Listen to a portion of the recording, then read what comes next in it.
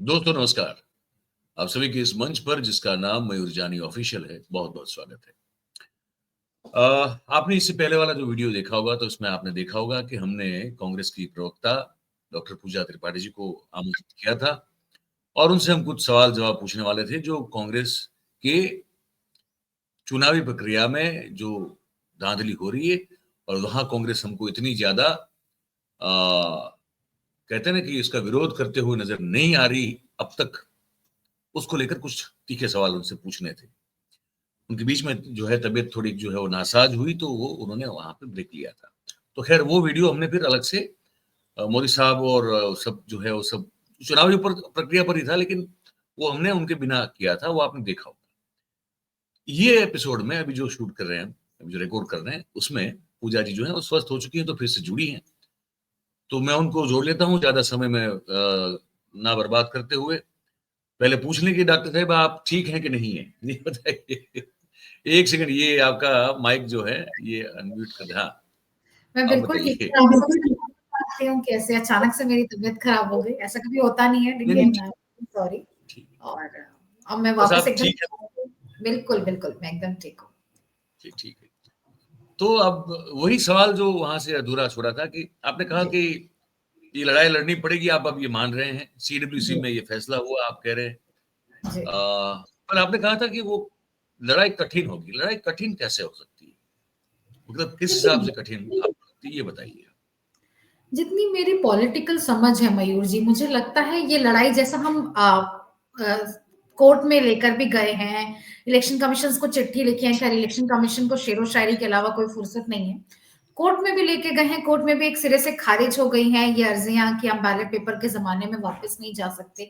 तो अगर हमें इस पे सड़क पे उतरना है, अगर ये मूवमेंट जैसा खड़गे जी ने इसका कॉन्स्टिट्यूशन डे के दिन भी ज़िक्र किया, जैसा कल सीडब्ल्यूसी में भी बात हुई, तो एक बहुत ये मुझे लगता है बहुत कठिन प्रक्रिया है। अगर आप चुनाव का बहिष्कार करते हैं, अगर हम सिनेरियो 1 लें, तो हमारे साथ कितनी पार्टीज आएंगी इंडिया अलायंस की, ये एक देखने वाली बात होगी। दूसरी मुझे लगता है कि भारतीय जनता पार्टी को यही चाहिए कि कांग्रेस उस फील्ड से हट जाए, तो वो प्रॉक्सी कैंडिडेट्स उतारेगी।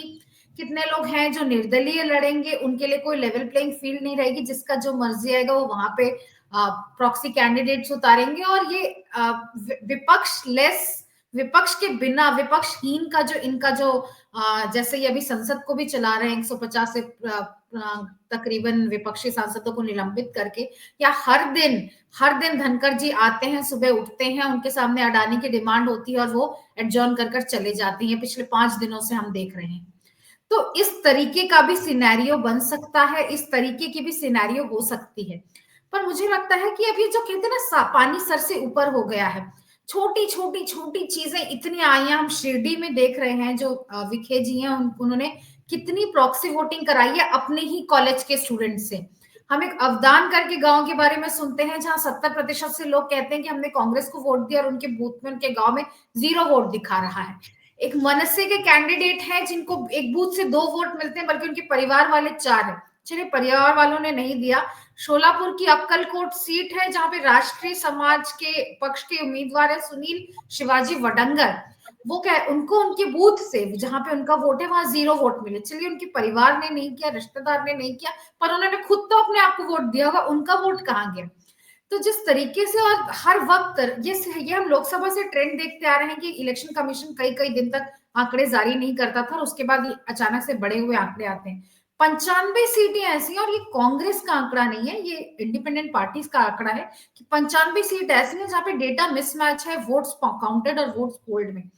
तो और जब हम ये लिख रहे हैं, हम नहीं लिख रहे हैं, ये जिन कैंडिडेट्स का मैंने नाम लिया ये खुद भी एप्लीकेशन लिख के दे रहे हैं इलेक्शन कमीशन को। इलेक्शन कमीशन पहले तो कई दिनों तक बैठा रहता है उसके ऊपर, उसके बाद उसे ठंडे बस्ते में डाल देता है और ये जवाब ऐसे देते हैं जैसे ये खुद सत्ता के मुरीद हैं, सत्ता पक्ष से, और हमें दुश्मनों की तरह जवाब देते हैं जिस तरीके की इनकी लैंग्वेज होती है। तो मुझे लगता है कि अब ये कहते हैं ना, जो ये मूवमेंट है, अब ये जनता तक जाके हमें ये बात करनी होगी, जनता तक हमें बताना पड़ेगा कि किस तरह पूरा का पूरा इलेक्शन प्रोसेस ही कॉम्प्रोमाइज्ड है।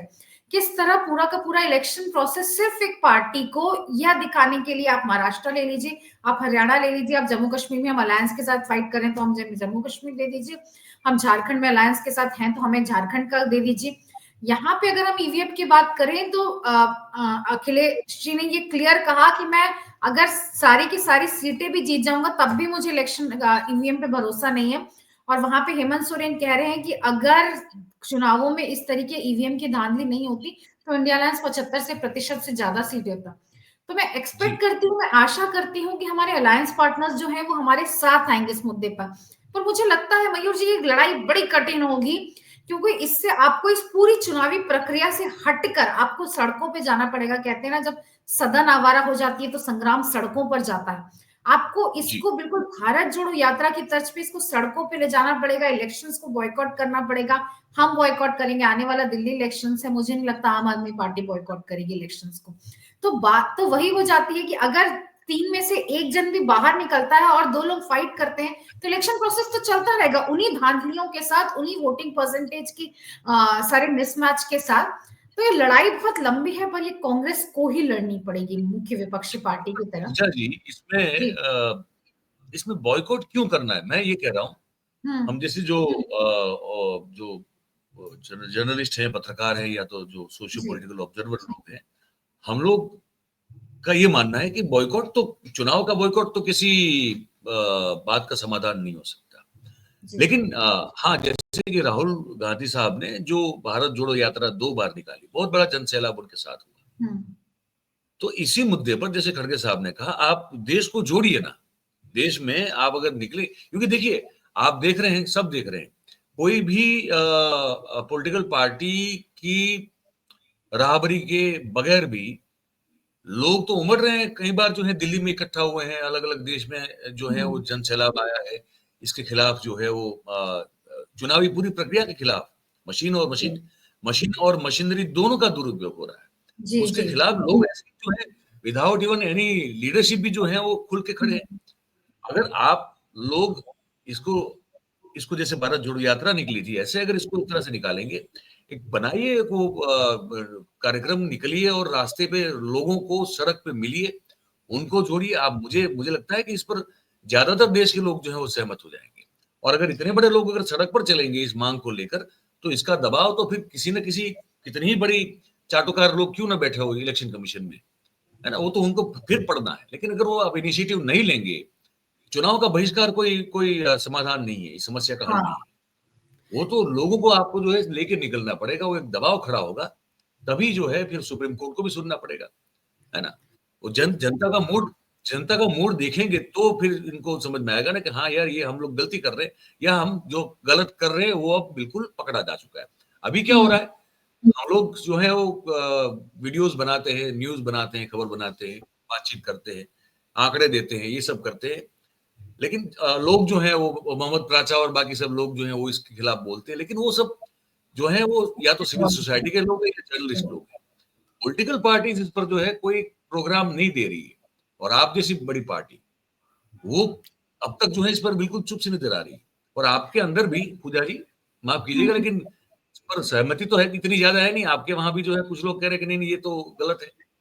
देखिए, सहमतियां असहमतियां तो कांग्रेस पार्टी का मुझे लगता है कि ये सबसे बड़ी खूबी भी कहूंगी कि यहाँ पे असहमति के ये लिए भी हमारे पास प्लेटफॉर्म है। कुछ ये लोग इससे हैं सहमत। जिन्होंने बिल्कुल झंडा बरदार किया हुआ है कि नहीं, जैसे दिग्विजय सिंह है, वो शुरू से इसके खिलाफ बोल रहे हैं, इसके खिलाफ प्रचार कर रहे हैं।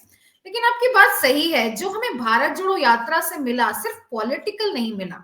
जिस तरीके का जब जी हम कन्याकुमारी से शुरू किए थे और हमें लगा था कि, मुझे पर्सनली बताऊं तो मुझे लगा था कि कांग्रेस की भीड़ रहेगी, हमारे बूथ प्रेसिडेंट्स हमारे, पर जो लोगों का जनसैलाब मिला, जिस तरीके का लोगों का हमें रिसेप्शन मिला, तो मुझे लगता है कि मूवमेंट, ये खड़गे जी ने कहा ना कि मूवमेंट लोगों तक ले जाना, मूवमेंट का अर्थ ही यही है कि आप जनता तक पहुंचे, क्योंकि आप at the end of the day जनता के रिप्रेजेंटेटिव हैं। आप इलेक्शन कमीशन की या पार्लियामेंट से ज्यादा आपकी जवाबदेही आपकी जनता के प्रति है। तो मुझे लगता है कि, और ये एज अ मुख्य विपक्षी पार्टी जिसने इतने देश में इतने सालों तक राज भी किया है और देश को इतना कुछ दिया भी है और एक मजबूत विपक्ष भी है, मुझे लगता है हमारी जिम्मेदारी है जनता तक जाना। और उसके लिए तैयारी क्या कहूँ, उसके लिए वो जो कहते हैं ना, बिगुल बज चुका है। ये खड़गे जी ने कहा कि हम भारत जोड़ो यात्रा की तर्ज पे करेंगे, क्योंकि भारत जोड़ो यात्रा से हमें अविश्वसनीय परिणाम मिले हैं। ये मैं सिर्फ 99 सीट की बात नहीं कर रही, कहते हैं ना, मोहनदास करमचंद को गांधी बनाया यात्रा ने, तथागत को बुद्ध बनाया। मुझे लगता है राहुल गांधी को आज जो स्टैचर मिला हुआ है वो भी भारत जोड़ो यात्रा से मिला है। तो भारत जोड़ो यात्रा ही इसका सॉल्यूशन है लोगों तक जाके।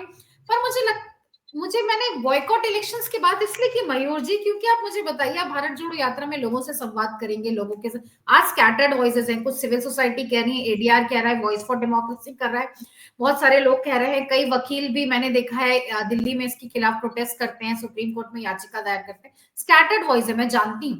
पर अगला स्टेप क्या? अगर हमें बैलेट पेपर से चुनाव चाहिए, अगर हम ईवीएम को नकारते हैं, तो इस अरे हम तो ये मूवमेंट कह के रहे हैं बाद अगला स्टेप क्या है? इस पूजा जी, पे मैं हम सोच तो रही हूँ। नहीं, वो देखिए ना, अब अरे हम हमने बहुत सारे, आपने देखे होंगे, बहुत सारे हमने जी, कार्यक्रम किए। हाँ, बहुत शुरुआत से मैं कर रहा हूँ, शायद मैं जी, हाँ, एकमात्र बिल्कुल, किसी गुरु के बगैर कह रहा हूँ कि शायद मैं बिल्कुल, एकमात्र पत्रकार हूँ जो बहुत पहले से इस पर बात कर रहा है, जबकि इस पर बात करना एक टैबू माना जाता था कि यार ईवीएम की बात करेगा वो तो मूर्ख होगा। तभी मैंने हाँ, कहा था कि मुझे समझ लो, लेकिन मैं ये देख रहा हूँ यहाँ पे ये चीज ठीक नहीं है। मैं ये कह रहा हूँ आपसे कि नहीं, वो मैं ये कहते कहते वो भूल गया जो मैं आपको बताने वाला था। आ, ये जो ये जो पूरी प्रक्रिया जिस तरह से इसको संचालित किया जाता है, कुछ नहीं तो इतना ही कर दे कि भाई आप वीवीपैट की जो पर्ची है उसको हाँ, निकालने का आप वो बिल्कुल, सुविधा कर दो, और हाँ, वो पर्ची जो है वो वोटर हाथ में ले ले, और हुँ, लेके फिर एक बक्स में डाल दे, उसको गिनती करो, हाँ, क्या जा क्या रहा है आपका। इस पर बिल्कुल, तो आप कंपेल कर सकते हैं, अगर आप चाहें, अगर आप आपकी पार्टी चाहे तो इस पर तो आप मूवमेंट खड़ी कर सकते हैं, क्योंकि हुँ, ये जरूरी है। चलिए बैलेट पेपर से नहीं चाहिए, नहीं करने, ठीक है, आप करिए मशीन से कीजिए, लेकिन वो निकलिए, पर्ची हाथ में दीजिए, हाथ में पर्ची आई है उसको आप रखिए, और पूरी जो प्रक्रिया है उसमें ना आपके सीसीटीवी खराब होने चाहिए। इस सब पर जो देखिए पूजा जी, ये तोते की जान इसी में है, आप समझ लीजिए।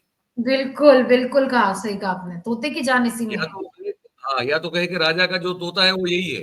हाँ, तो ये तो इसलिए मुश्किल तो रहेगा, क्योंकि अगर ये हट गया पूरा मामला, तब तो फिर वो तो एक सेकंड कुर्सी पे नहीं बैठ पाएंगे। ये बात तो तो सही है। इस आप हाँ, तो हरियाणा में इसको देखिए, और ऐसा नहीं कि मैं इसलिए कह रही हूँ कि मैं कांग्रेस इकोसिस्टम में हरियाणा के टाइम बहुत ट्रैवल की हूँ। कितने और गाँव, कितने हलके ऐसे थे जहाँ पे ये नोटिस लगा दिया गया था कि भारतीय जनता पार्टी के प्रत्याशी की एंट्री बंद है, वहां से भारतीय जनता पार्टी का प्रत्याशी जीत जाता है। मतलब आप हम्म, किसे बेवकूफ बना रहे हैं? आप किससे कह रहे हैं? आप महाराष्ट्र में देखिए, ठीक है, हमने मिसरीडिंग की, हमारा संगठन था, हमारा दुनिया जान के हमारी प्रॉब्लम थी, हमारे बीच कैंपेन में स्ट्रैटेजी में कमी थी, पर ये लाड़की बहना योजना ने 200 प्लस सीट दे देगी। मतलब ऐसा हो आज सकता है। हाँ, आज बेरोजगारी, महंगाई, अ, कृषि आधारित जो स्ट्रेस है, एग्रेरियन डिस्ट्रेस है, नौकरियों का महाराष्ट्र से गुजरात जाना, वो सब कुछ नल हो जाता है, नल एंड वाइड हो जाता है, और आप इनको 200 प्लस सीट दे देते हैं। मुझे लगता है कि आप ये भ्रम भी क्यों देते हैं कि आप विपक्ष को 40-50 सीट दे देते हैं? आप एक काम करिए, पूरे के पूरे 288 सीट अपने नाम कर लीजिए, उससे लगेगा कि आप जीत रहे हैं, मतलब आपके पर अपार जन समर्थन है। क्योंकि आपकी इस मुद्दे पर चुप्पी से प्रधानमंत्री को इस तरह से बात करने का मौका मिलता है, देखिए आप सुनिए। जी, महाराष्ट्र चुनाव के नतीजों ने, हरियाणा के चुनाव के नतीजों ने, और इन दिनों देश भर में जो उपचुनाव हुए उससे जो नतीजे आए हैं, पूरे देश में कैसा विश्वास भर दिया है, ये मैं आपके आंखों में देख रहा हूं। अब देखिए, उड़ीसा ने शुरुआत की, फिर हरियाणा, फिर महाराष्ट्र, और यही तो भाजपा की विशेषता है,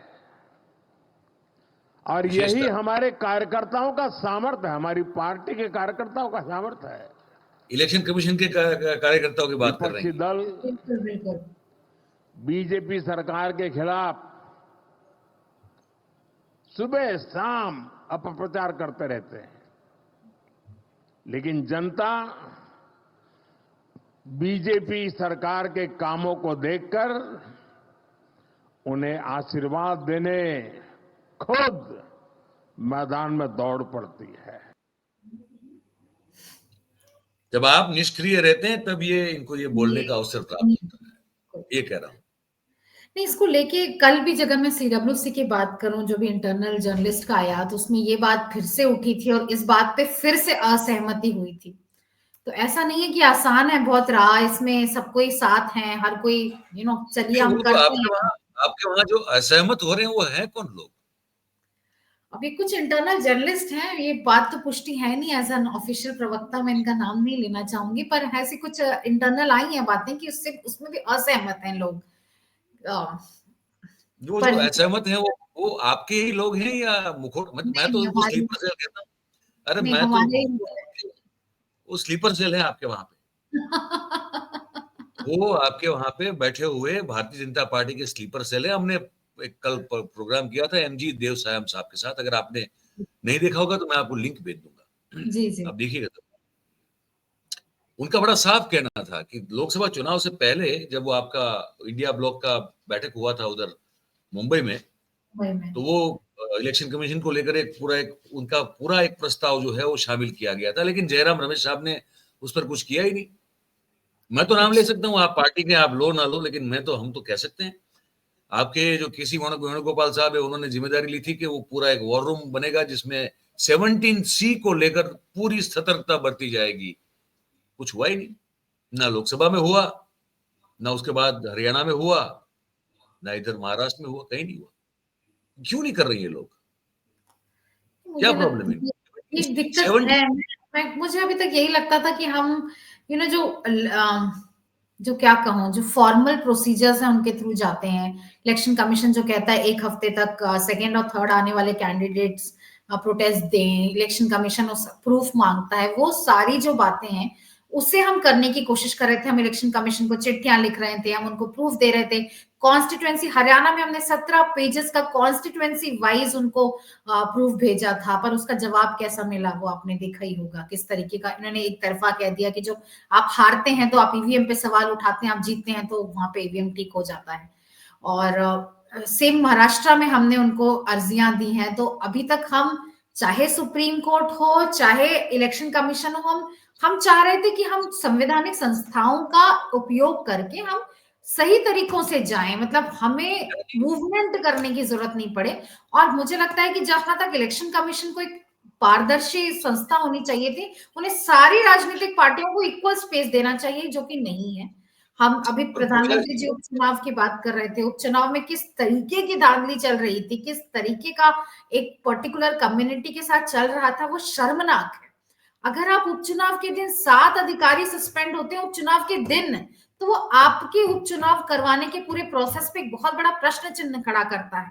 और कितने वीडियोस आ रहे हैं, कितने ज्यादा वीडियोस आ रहे हैं कि आप उनको ब्लॉक में एन माह से वोट करने नहीं दे रहे हैं, और प्रधानमंत्री जी उसी के कसीदे पढ़ रहे हैं उड़ीसा में। तो ये पूरा प्रोसेस बिल्कुल। इतना कौन मैं ये समझना चाहता हूँ आपसे, और दर्शकों की ओर से ये सवाल मैं पूछ रहा हूँ, क्योंकि हमारे दर्शक जो है इस मामले में बहुत सतर्क है, जी जो हमारी चैनल पे सब जुड़े हुए हैं। वो हमको ये समझ में नहीं आ रहा है कि जो हम आम आदमी को जो दिख रहा है, जो आम आदमी बिल्कुल जो मध्यम वर्गीय या तो देश का गरीब आदमी भी है, वो भी समझ रहा है कि ये कब से जो है धांधली चल रही है। तो इतनी नहीं, पुरानी पॉलिटिकल पार्टी के इतने दिग्गज दिग्गज राजनीति, जीवन भर राजनीति करने वाले आपके जो नेतागण है, इनको ये समझने में इतनी देर लग रही है कि ये संवैधानिक संस्था है तो सब इनकी गुलाम हो चुकी है। कहाँ इतने समय से ये बर्बाद क्यों कर रहे हैं समय?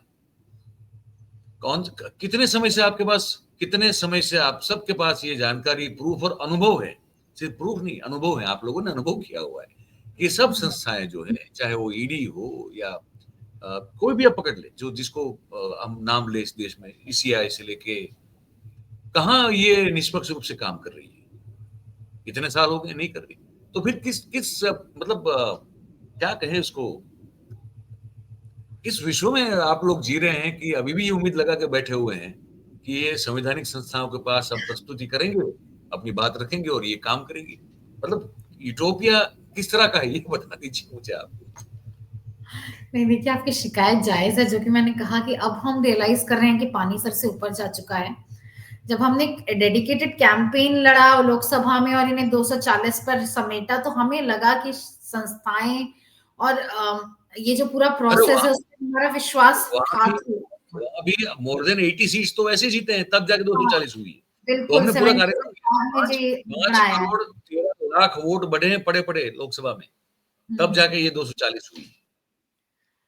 तो मुझे यही लगता है कि अभी तक हम कह रहे थे, वही जो मैं बार बार कह रही हूँ ना, कि हम संवैधानिक संस्थाओं पे अपना लास्ट विश्वास रख रहे थे, लास्ट कोशिशें कर रहे थे, पर अब लगता है कि अब मूवमेंट की तैयारी शुरू हो चुकी है, मूवमेंट की बात हो रही है, मूवमेंट का खाका तैयार हो रहा है कि किस तरह हम लोगों के बीच जाएंगे। 100% वीवीपैट की बात तो हम इलेक्शन कमीशन से मुझे लगता है 2022 से कर रहे हैं, लेकिन वो कभी मानी नहीं गई है।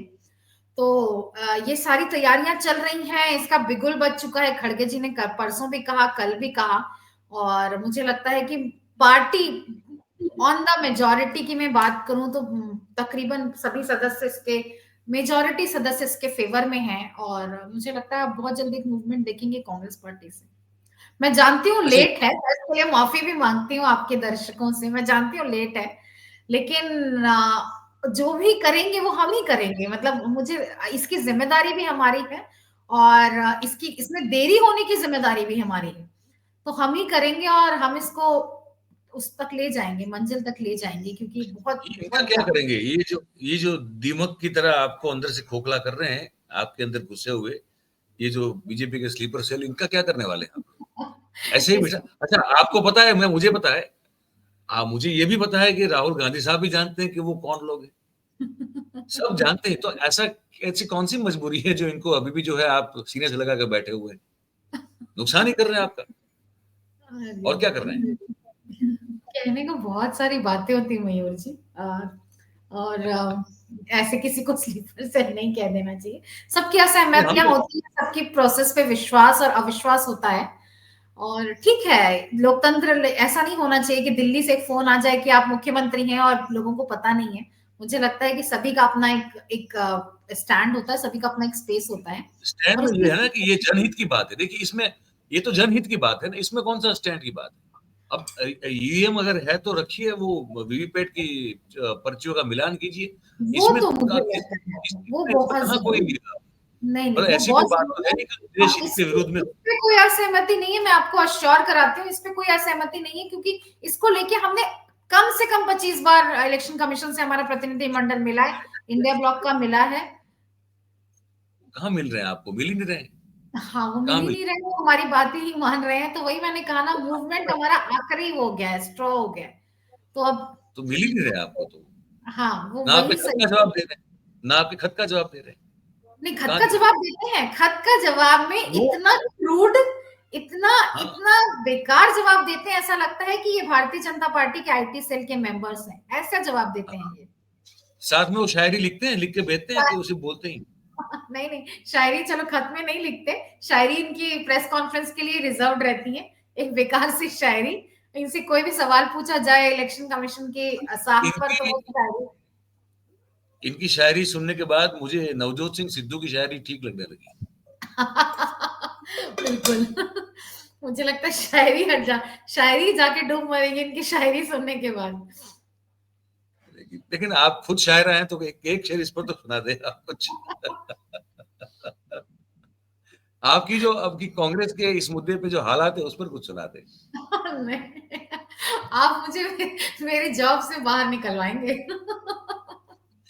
नहीं, आपकी देखिए, आपकी जॉब, हम सबकी जॉब क्या है? We are all responsible towards the people of India. हमारी तो वो जॉब है। आपकी भी मैं मानता हूँ यही, आप ऐसे ये मान के कर रही हैं।